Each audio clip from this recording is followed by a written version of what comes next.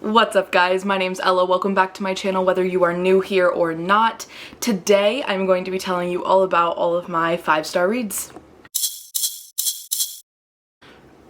First of all, I apologize for my hair. I don't really know what she's doing today. It's a joy having this hair.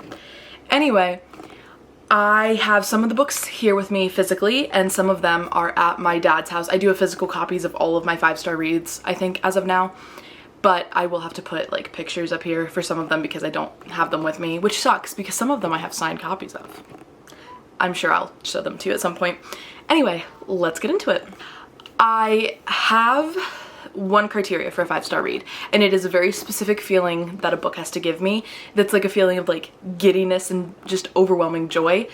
And if I don't like the first 3/4 of the book and in the last quarter it gives me that feeling of joy, it's more likely to be a 4-star read if that's the case. But it might be a 5-star read. It's just like a feeling, or if I really love the whole book but I didn't get that feeling, not a 5-star read. So I don't really know how to explain it. I've tried to explain it to my friends. It's just like a feeling of just really like giddiness and happiness and like just excitement, and I have to put the book down and take some deep breaths before I can continue reading because it just makes me so happy. And so all of those books, all of these books that I'm about to talk about have given me that feeling.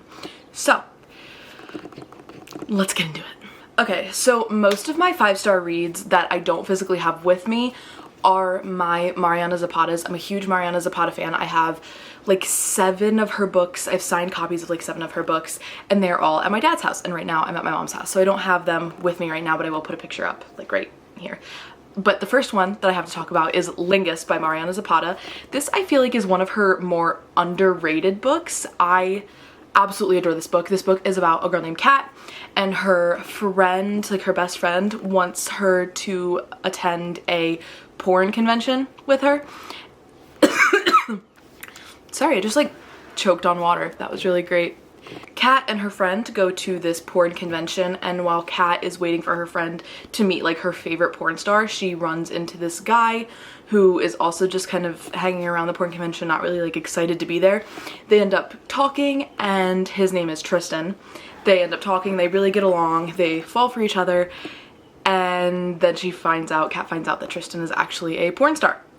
And he goes by a different name and stuff like that, but she's not super comfortable with that idea of what he does for work.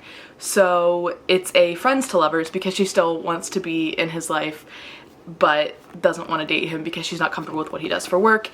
And so it's friends to lovers. It's so beautifully done. There's like a scene where one of them's sick and the other person has to take care of them, which is always one of my like favorite little mini tropes. I absolutely adore this book. Obviously, I gave it 5 stars. The next 2 5-star reads are a duology, and it's the Six of Crows Crooked Kingdom duology. If you haven't read these books, you probably don't read a lot of fantasy.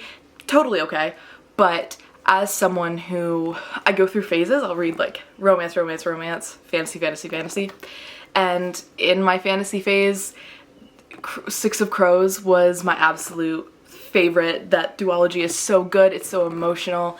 There is a little bit of romance, but it's like slow burn, and it's so good. It's a heist novel about 6 characters who are trying to get this like person out of a place. I can't give you too many details because that'll spoil it. It's also in like the Shadow and Bone universe, so if you have seen the show Shadow and Bone on Netflix, you've been introduced to the characters, but you haven't seen the story yet. I think that storyline will be more like season 2. But yeah, really good books. Even if you don't like fantasy, I'd recommend that you give them a try. Again, another one I don't have with me. It's Daughter of the Pirate King by Tricia Levenseller. This book does have a fair amount of romance in it between the main character Alosa and the second mate, I think, on this ship that she has been stowed away on, named Raiden. Alosa is the daughter of the Pirate King. She is the daughter of the guy who like absolutely runs the sea. He is dangerous and scary, and everybody is so scared of him. He gets whatever he wants. He's like a mob boss on the ocean. And Raiden is on another ship. He doesn't work for her father, and so she is kidnapped and stowed away on this ship because they're trying to get the people on the ship are trying to get after her father, and she's a prisoner and ends up falling for the second in command, Raiden. And I absolutely love Raiden. I absolutely love that book. The second book, it is a duology. The second book in the duology was a little bit disappointing to me, but the first book, absolutely amazing. Chef's kiss. I loved it so much. All right, so then we have another Mariana Zapata, and that is, I think, one of her most popular, and that's The Wall of Winnipeg and Me. This book, again, I feel like I don't want to tell you that many like synopses because I want you to go into a lot of these books blind, but this book is about a girl who works for the Wall of Winnipeg. His name's Aiden Graves. He is this massive just beast of a football player, and Vanessa is his like assistant, and she feels very underappreciated at her job working for him, so she quits. And then one day he shows up at her doorstep with a proposition, and the book goes from there. It's grumpy sunshine, it's slow burn, as all Mariana Zapata books are, and it is delicious. It's so good. I love that book. What do you know? Another Mariana Zapata. Dear Erin by Mariana Zapata. This book is about a girl named Ruby, and she signs up for this letter writing company, nonprofit. They write letters to soldiers who are currently deployed, and she gets paired with this guy named Aaron, and through their letters and emails and text messages, they fall in love before they've ever even seen each other, and then they do eventually meet. But like the first half of the book is told in letters and text messages and emails, and I loved every second of it. It's, again, slow burn. It's Mariana Zapata. Everything she does is slow burn, but it was absolutely phenomenal, and I loved it. 5 stars, obviously. A book that I have and can hold up. Hold on. Love and Other Words by Christina Lauren. This book, I just made my best friend read it because I loved it so much. I've never read about two characters that are more made for each other than Macy and Elliot. This book is about Macy and Elliot. They meet when they are like 12, 13. They're relatively young, and Macy's dad buys the house next to Elliot's for him and Macy to have like a vacation, like a weekend home, because Macy's mom died, and that was something on like a list of things to do, or like ways to raise Macy that her mom left for her dad. That didn't make any sense. It makes more sense when you read the book. But basically, when they are looking at the house to buy it, when Macy and her dad are looking at the house to buy it, Elliot is sitting in Macy's closet reading a book, and Macy at first is like really confused, but then Elliot's like, nobody's lived here for a really long time, and Macy said, well, I love books. If you wanted to come and sit in my closet together and read sometime, that would be totally okay with me. And they did that for the next decade of their lives, and slowly they fall in love. And then 11 years before the start of this book, something happens and they don't speak to each other for 11 years, and the book starts back up with Macy and Elliot running into each other randomly in a cafe one day, and it switches perspectives from like back then when they were slowly becoming friends and falling in love to the present day when we don't know what happened between them, and they're trying to maybe possibly rekindle their romance. It is beautifully written. I cried, I laughed, I fell in love with both of these characters. It's so good. Maybe my favorite romance of all time. One of them. Definitely top 3. All right. The Simple Wild by K.A. Tucker. This book is another Grumpy Sunshine. As you can tell, I really love Grumpy Sunshine trope. It is about a girl named Kala who moves from Toronto to Alaska for a little bit because her father, who she has never met, lives in Alaska and has some health issues that's going on, and she wants to get to know him before he possibly passes. She is picked up by one of the pilots that works for her dad owns like an airplane company, and one of his pilots, his name is Jonah, and he's the king of grumpy, and he is just so brooding. And did I mention he's grumpy? He's really grumpy. So they end up falling in love, and she like figures out her life in Alaska. There are 2 follow-up books to this, I think. There's like Wild at Heart, and then there's Forever Wild, which I think Forever Wild is like a novella. I haven't read those because they like get together in the first book, like spoiler kind of, but it's a romance novel. So they do get together in the first book. I don't really have any interest in like reading about any like complications with their relationship. I just want them to have their happy ending, and that's all I really care about. But there are 2 follow-up books if you're interested in that. The first book, The Simple Wild, beautiful, perfect, loved it, gave it 5 stars. Okay. From Lukov with Love, by Mariana Zapata. Is anybody surprised? I think there's only one Mariana Zapata that I've ever given 4 stars. I think the rest of them are 5 stars. I haven't read all of her books though. I am working on it. So, From Lukov with Love is one of my favorite Mariana Zapatas. I think it might be tied for my favorite. It's about this girl named Jasmine who is a professional ice skater, and her partner, she's like notoriously like difficult, I guess. She's like known in the ice skating community for being difficult, and her partner leaves her one day for another partner, and she has to kind of figure out, like, I've invested my entire life into this sport, what am I gonna do now that it might not be a possibility? And then she gets she gets the opportunity to skate with her nemesis, Ivan Lukov, but he is also the, like, best male figure skater in the world. So it's enemies to lovers, grumpy sunshine, kind of. I don't know. I actually wouldn't call her sunshine. It is enemies to lovers though, and it's just so good because it's them. Like, when you ice skate, you have to trust each other a lot. So it's them going from, like, enemies and I hate you and I don't trust you to, okay, I trust you but I still don't like you, to, okay, I trust you and we're friends, to, I trust you and we're more than friends. Really good. 5 stars. Alright, we have a thriller on the list, Lock Every Door by Riley Sager. This is my favorite thriller of all time. It's absolutely phenomenal. It is about this girl who is really low on money, and she gets the opportunity to live in the Bartholomew, which is based on the Dakota in New York City. It is a super, super exclusive, swanky apartment building in Manhattan. It's super expensive, and a lot of, like, famous people or old famous people or, like, really, really rich heiresses and such live in this building. And she is hired to be an apartment sitter for a few months, and it's, like, really, really good money. So she applies, gets the job, gets approved, and then notices that, like, there are 2 other apartment sitters and they're going missing. She has to, like, figure out why they're going missing and if she's next and whatnot.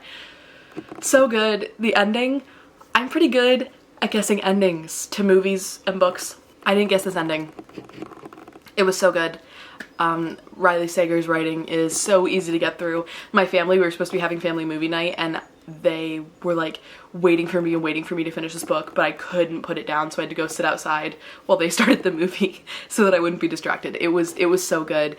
And it's one of those books that I would give anything to be able to reread for the first time. All right, I think we're getting into the ones that I, like, physically have here. Okay. All right. Beach Read by Emily Henry. Everybody and their mother has read and heard of this book.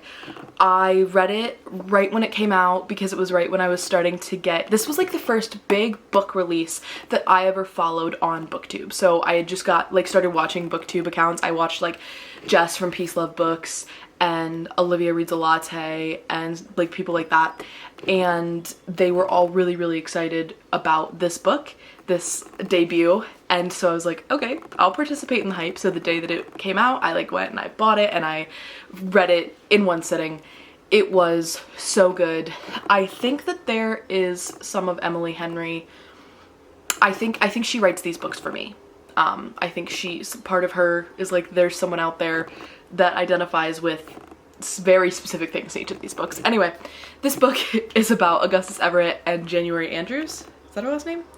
Yeah, January Andrews. They are both writers. January writes romance. Augustus Everett writes literary fiction.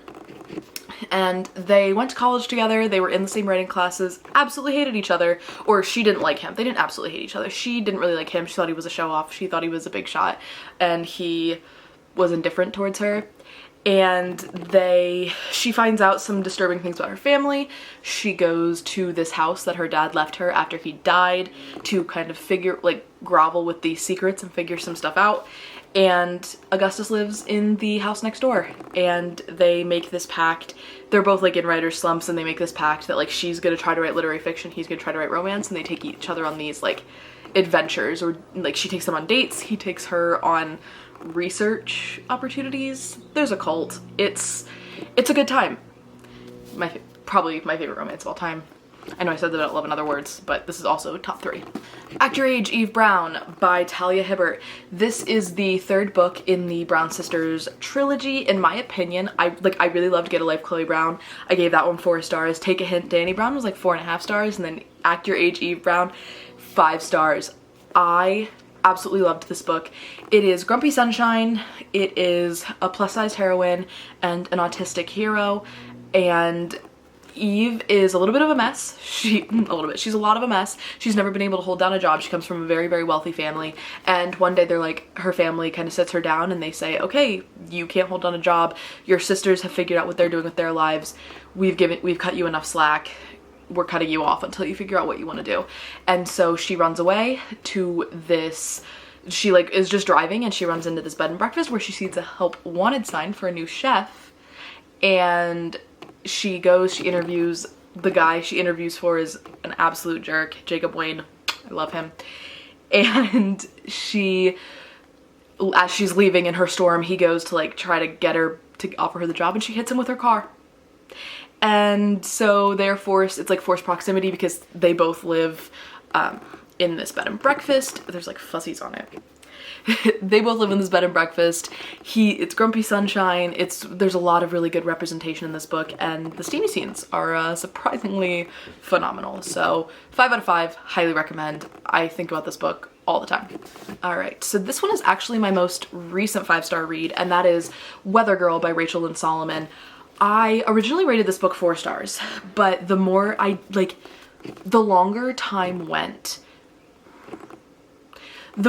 that went on, I just couldn't stop thinking about it, and I couldn't stop thinking about it, and I was like, if I'm thinking about it this much and this fondly, it's gotta be 5 stars, so I changed my rating.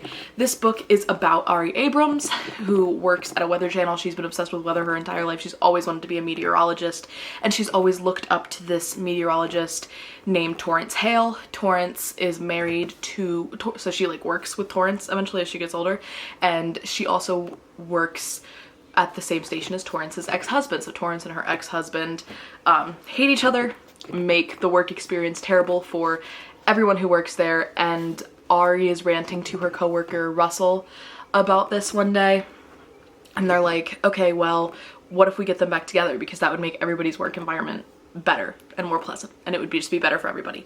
So they play matchmaker, and in the process they fall in love.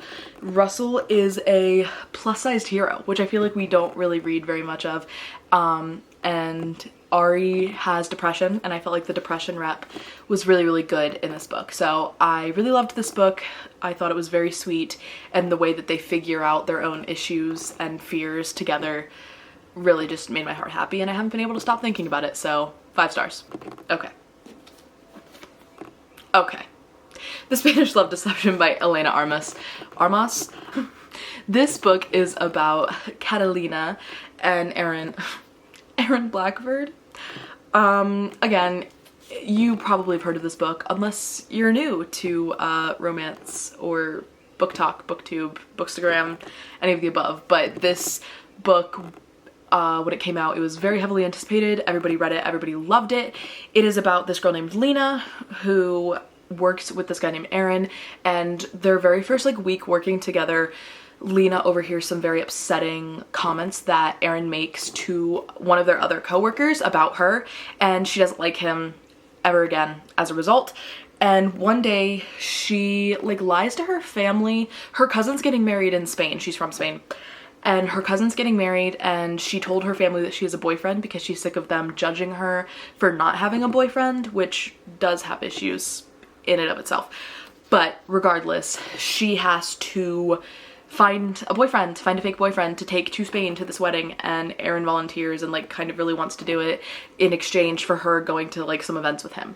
And so it's fake dating. It's not really enemies to lovers because he doesn't have anything against her. It's more just she doesn't like him to lovers. And it's slow burn, Grumpy Sunshine. I absolutely adored it. I seriously loved this book so much, and I actually might reread. I was just thinking about this last night. I think that this book might be on my reread list soon because it was so good. So that's that one, 5 stars. Okay, so this book This next book is another one that I originally gave 4 stars and then spent 6 months thinking about it, thought I gave it 5 stars, went back to look and saw that I only gave it 4 stars and was like, that's not right. It Happened One Summer by Tessa Bailey. This book is, again, so good. It is based on Schitt's Creek, which is my favorite television show of all time. So I picked it up. I knew I had to read it. I had read Tools of Engagement by Tessa Bailey, and I really loved that book.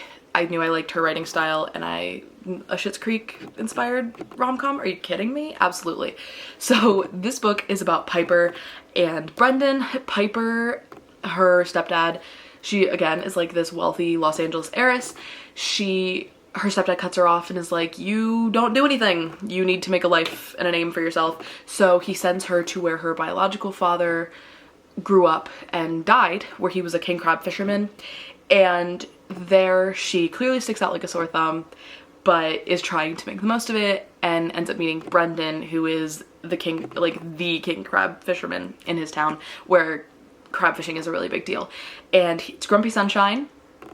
Again, they end up falling for each other. I think he's supposed to be Mutt. He's definitely not Ted. And she's supposed to be Alexis Rose. So if you've watched Schitt's Creek, you know what I'm talking about. This book is phenomenal. I absolutely loved it. The second book in the series, the second book, I don't know if it's a series or a duology. The second book just came out. It's called Hook, Line, and Sinker. I have it back there. I wasn't that impressed. I think I gave it like a 3 out of 5 stars. But yeah, this one, 5 stars. Absolutely amazing. Absolutely loved it. Highly recommend. All right, so the last one, and I have given you 2 of my top 3 favorite romances of all time, and I think that this might be my third. All Roads Lead Here by Mariana Zapata.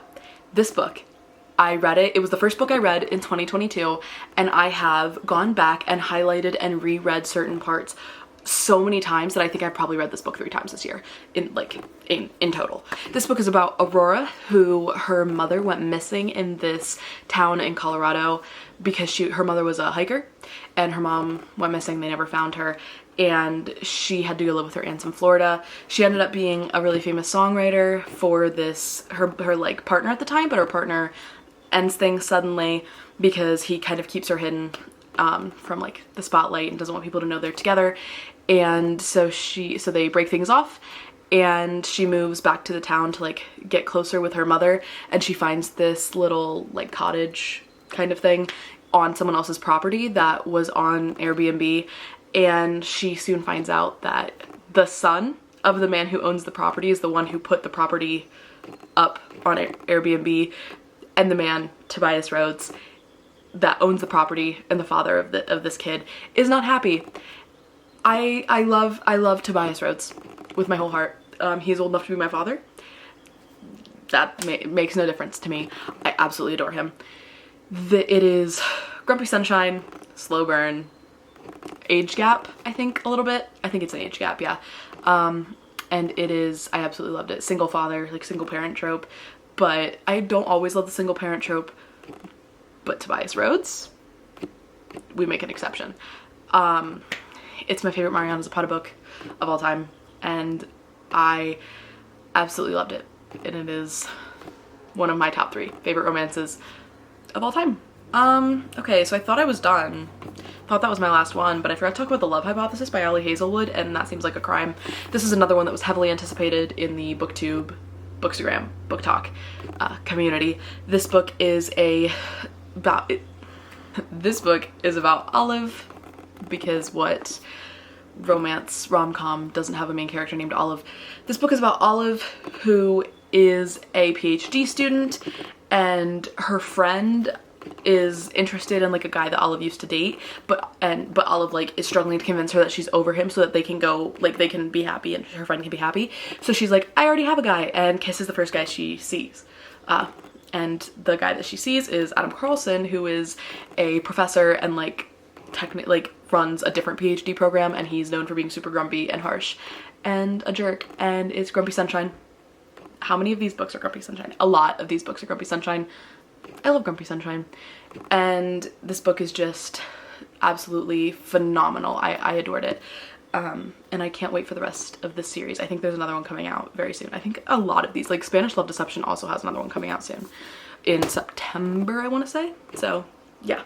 So these are all of my 5-star reads from the past couple years. Like since I started Goodreads, I read a lot in middle school, and I'm sure that I had a lot more, like, I'm sure all of the Cassandra Clare books when I was in middle school would have been 5-star reads, but these are like ones that I read recently and can talk about. And then obviously the ones that I don't have physical copies of with me, they're at my dad's house. So those are all of my 5-star reads. If you have any suggestions that are like any of these books, please let me know, because I'm always looking for, obviously, really good romance books or fantasy books. If you have any fantasy recommendations or thriller, literally anything. I will read literally anything. Give me all of your recommendations. But yeah, thank you for watching. Like, comment, and subscribe if you feel so inclined, and I will see you next time. Bye.